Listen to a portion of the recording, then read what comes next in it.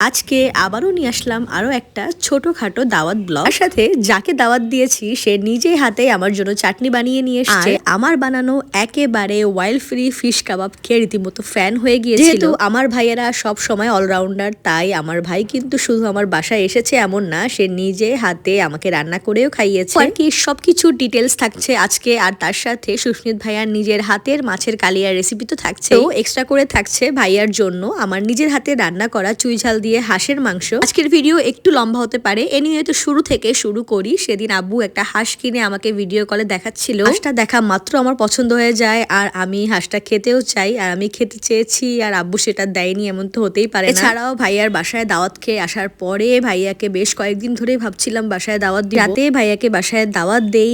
আর ভাইয়ার যেহেতু হাঁসের মাংস চুই ঝাল দিয়ে পছন্দ, তাই আম্মুকে বলায় হেল্পিং হ্যান্ড আপুর যাতে কষ্ট না হয়, তাই আম্মু সুন্দর করে হাঁসটা বেছে পাঠিয়েছিল। জাস্ট আপু একটু সুন্দর করে কেটে দিচ্ছিল, তরকারি সবকিছু সুন্দর করে কাটাকাটি শেষ করে এরপর আমি বানিয়েছিলাম ধনেপাতা ভর্তা আর ফিশ কাবাব। দুটো রেসিপি আমি আজকের ভিডিওতে আপলোড দিতে গেলে ভিডিও অনেক লম্বা হয়ে যাবে, তাই অন্য একটা ভিডিওতে ইনশাল্লাহ আপলোড দিব।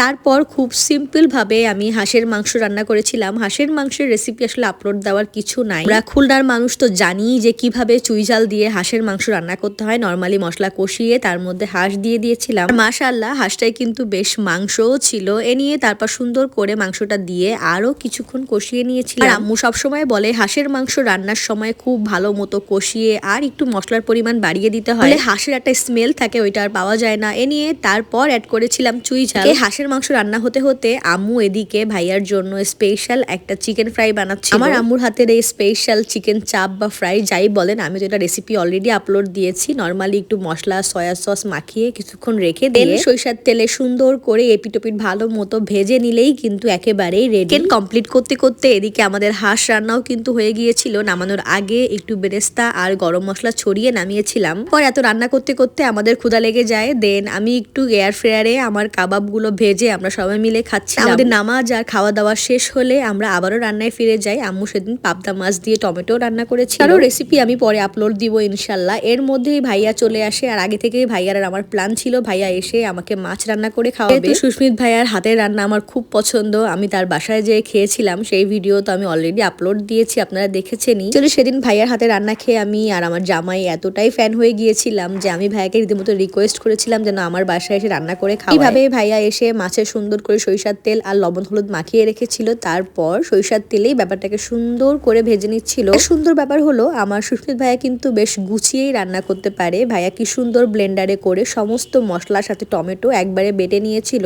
সুন্দর করে সেই তেলেই একটু জিরে আর গরম মশলা ফোড়ন দিয়ে একে একে বাটা মশলা দিয়ে দিয়েছিল। ভাইয়া সেদিন রান্না করেছিল রুই মাছের কালিয়া, তো সেইভাবে মশলা সুন্দর করে কষিয়ে এতে একটু মটরশুঁটিও অ্যাড করেছিল। যদিও ভাইয়া বলছিল এগুলো মটরশুঁটি না কড়াইশুঁটি, যাই হোক সেগুলো দিয়ে ভালো মতো নাড়িয়ে চাড়িয়ে তারপরে এতে 3 টেবিল চামচ মতো টক দই অ্যাড করেছিল, সামান্য চিনি দিয়ে ফেটিয়ে নিয়ে তারপর খুব সিম্পল ওয়েতে সুন্দর করে ভালো মতো কষিয়ে একটু ঝোলের পানি দিয়ে তা সুন্দর করে ফুটে আসলে একে একে মাছগুলো দিয়ে দিয়েছিল। আর নিখুঁত হাতের কাজ আমি আমার আম্মু আর জামাই দাঁড়িয়ে দাঁড়িয়ে দেখছিলাম। প্লিজ আমার ভাইয়ের জন্য মাশাল্লাহ বলে যাবেন। আপনারাও কিভাবে মাছের কালিয়া রান্না করেন তা অবশ্যই জানাবেন। এরপর মাছ কিছুটা হতে হতে এদিকে ভাইয়া একটু পেঁয়াজ বেরেস্তা করে নিচ্ছিল।